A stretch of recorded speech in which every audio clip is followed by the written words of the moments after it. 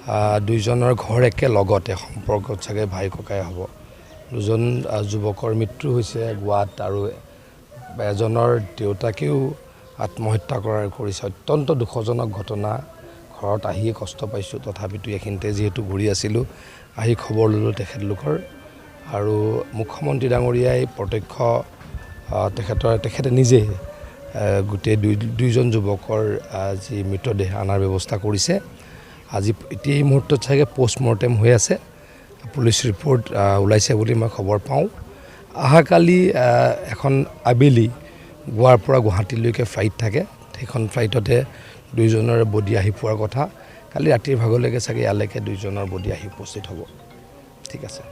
পহিলা বহাগৰ দিনটোতে অৰ্থাৎ কালি তিতাবৰৰ খাৰখোৱা গাঁৱত এটা মৰ্মান্তিক ঘটনা ঘটি গ'ল। ইতিমধ্যে সংবাদ মাধ্যমৰ যোগেদি সম্প্ৰচাৰিত হৈছে আৰু এই বাতৰিটো অসমৰ মাননীয় মুখ্যমন্ত্ৰী মহোদয়ৰ দৃষ্টিগোচৰ হৈছে। মাননীয় মুখ্যমন্ত্ৰীৰ দৃষ্টিগোচৰ হোৱাৰ পাছত আমাৰ যিহেতু দৰিদ্ৰ পৰিয়াল দুটাই তেওঁলোকৰ মৃতদেহ স্বগৃহলৈ অনাৰ ক্ষেত্ৰত যথেষ্ট অসুবিধাৰ সন্মুখীন হৈছিল, আৰ্থিক অনাটনৰ সন্মুখীন হৈছিল। সেয়েহে সন্মানীয় মুখ্যমন্ত্ৰী মহোদয়ে মুখ্য সচিবৰ যোগেদি ইতিমধ্যে প্ৰশাসনিকভাৱে কাম আগবঢ়াইছে আৰু এই মুহূৰ্তত ইতিমধ্যে আমাৰ মাজত উপস্থিত হ'লহি জনসংযোগ মন্ত্ৰী আমাৰ প্ৰযুত হাজৰিকা ডাঙৰীয়া, দিগন্ত কলিতা ডাঙৰীয়া। আমি তেখেতে সমবেদনা জনাইছে পৰিয়ালবৰ্গক আৰু আমি আত্মীয় ফালৰ পৰা আমি এই দুখৰ মুহূৰ্তত সহভাগী হোৱাৰ কাৰণে আমি ধন্যবাদ জনাইছোঁ।